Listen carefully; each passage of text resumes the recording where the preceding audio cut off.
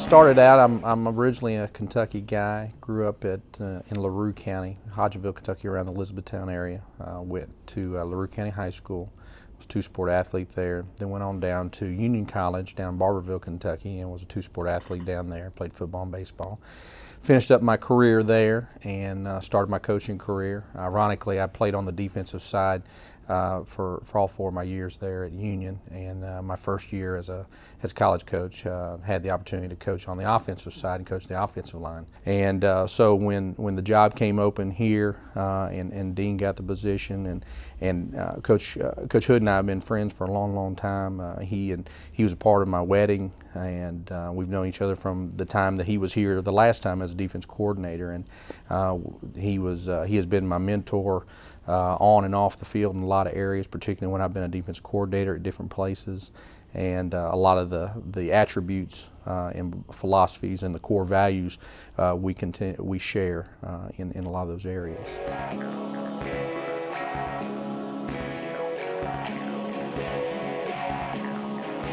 The opportunity that we had last year to take a team that had come off a championship season, had lost a lot of really good players, and to see those seniors go from a 1-3 beginning and start to, hey, let's go ahead and start really focusing on the things that we're trying to do and accomplish, buying into the system on both sides of the football, and then to come out on the other end of winning a conference championship was a very memorable point. And then to see the success that young men like Brandon Gadoff and Zach Denton and Cody Tupou had individually in each of those games and at different times in that senior year, it was a lot of fun.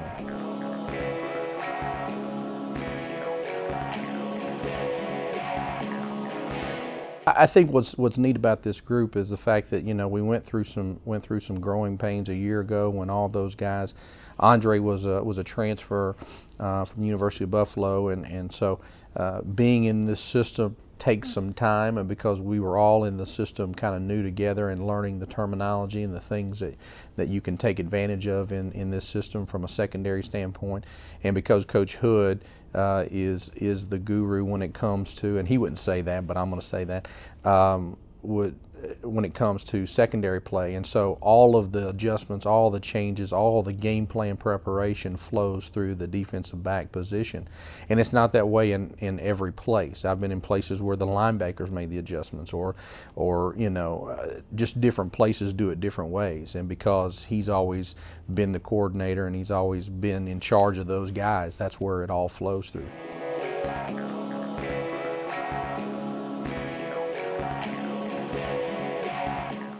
Well, I think, you know, a year ago, SEMO was a team that we probably went down to Cape Girardeau and didn't take them as much serious as we probably should have, and that's not anything wrong with them, but just maybe where we were at that point in time. And went down there, and we learned it within the first few snaps that these guys were a pretty daggum good football team, irregardless of their record. And I think what you find with these guys is that you look at the score box, and outside of their first game of the season when they played Quincy, which they obviously had a tremendous amount of success, they haven't won a game since, but they've been in every game. They're either 5 or 6 or 9 points away, or right there knocking on the door at the end of the game, and haven't been able to break through at this point in time, and not planning on them breaking through on Saturday either. But very athletic on the offensive side. The biggest core of receivers that we played a year ago, and I think that's where our guys that are maybe not as big in stature, but we have some athleticism and some speed at the corner position particularly. They gave us maybe some problems last year that I hope that we learned from last year's experience.